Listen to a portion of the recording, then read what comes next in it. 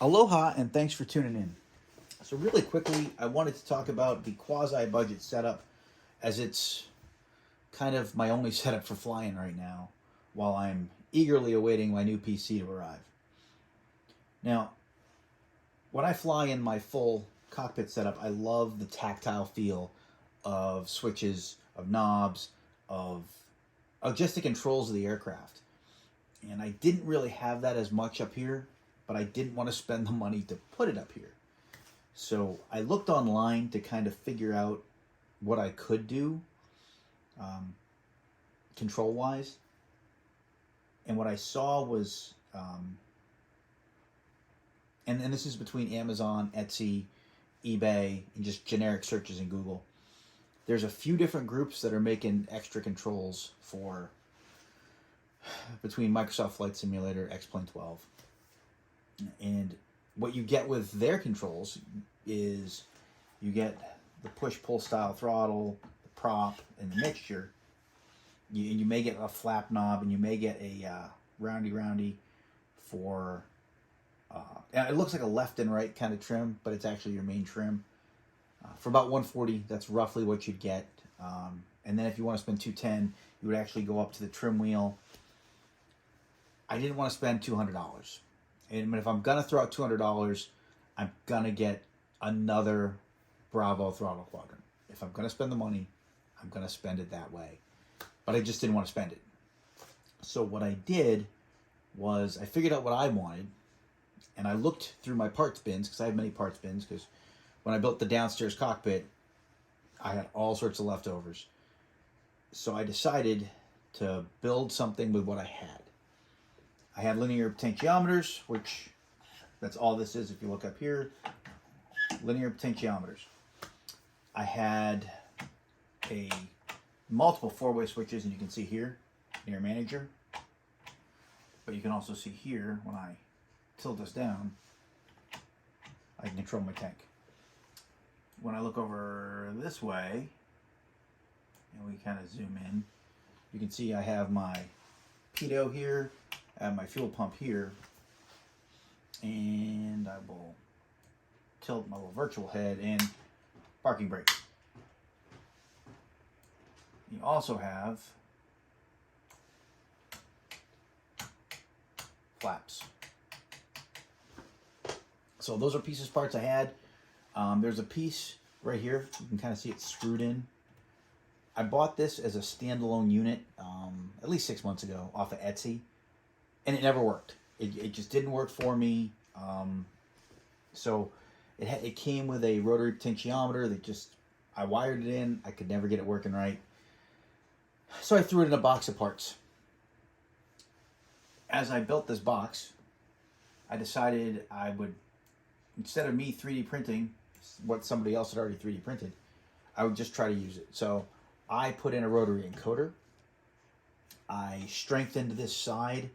I put a bracket in there, and then put a screw through the bracket that goes into a long round piece of plastic that comes off the trim wheel. So it really anchors the trim wheel in. You'll see there's not a lot of wobble left and right. Before, it would actually have a little bit of give. That wobble's gone. But you can kind of see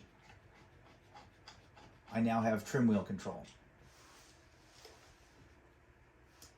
All of this was just stuff I had, and I threw together. And this is the prototype. This is version 1. I'm going to build a new enclosure for this just to make it a little bit more aesthetically pleasing, if you will. But it does everything I want it to do, and it keeps in the theme of budget. So I'm pretty happy with it. Now, if you're somebody who doesn't have a 3D printer, you know, you may have to go and if you really want these types of controls, you may end up spending the $140 to $200 on the throttles you can find out there. I'm not trying to discourage that at all, so if anybody thinks I sound overly negative, I apologize. Definitely isn't my intent. I just didn't want to spend my money on that. I don't like spending a buttload of money on this cockpit.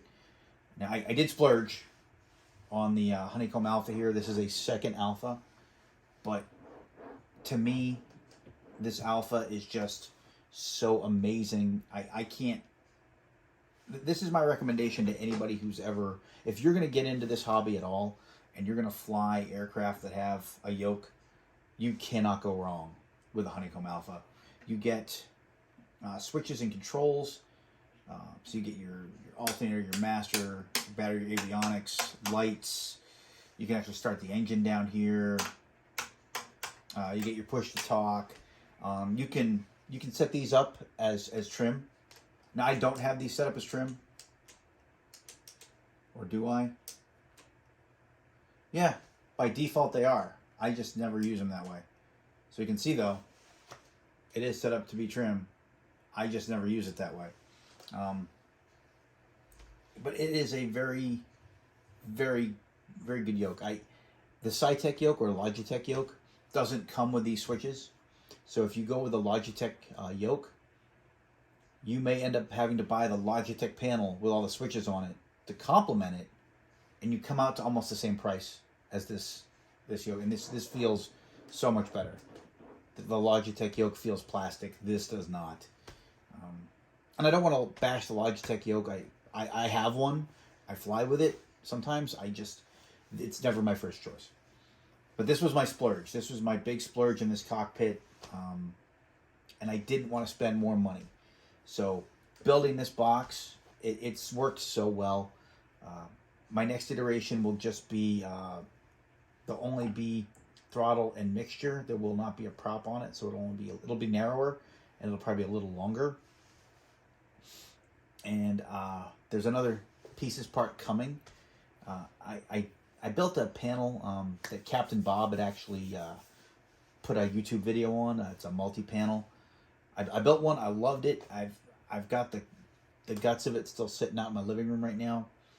I'm 3D printing an enclosure for it. I'm going to rewire it up. That way I can take the radio off of here and I can put less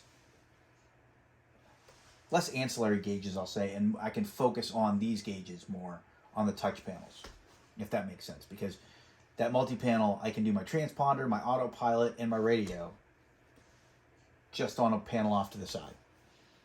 And I already have the pieces parts. So for me, if I can build it out of parts I already have, it's not costing me any money. So it kind of keeps me in the spirit of the budget setup. I know I threw a lot into this video, but it was mainly about just budget and this panel down here. If you have questions, comments, concerns, if you want to know more about the budget setup on the panel here, let me know. $20 in hardware, $20 for the Arduino Mega, $40 total, and a 3D printer, and it works. I can't say anything bad. I really do love the setup. I'm hoping to improve it here shortly, and I'll probably shoot another video if I do.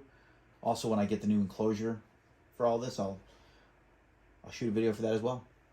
But if you stuck with me to the end, thanks. And if you're one of the people who gave me some, useful comments over the course of my videos, I greatly appreciate that. But thanks for watching. Stay safe, and as always, happy flying out there.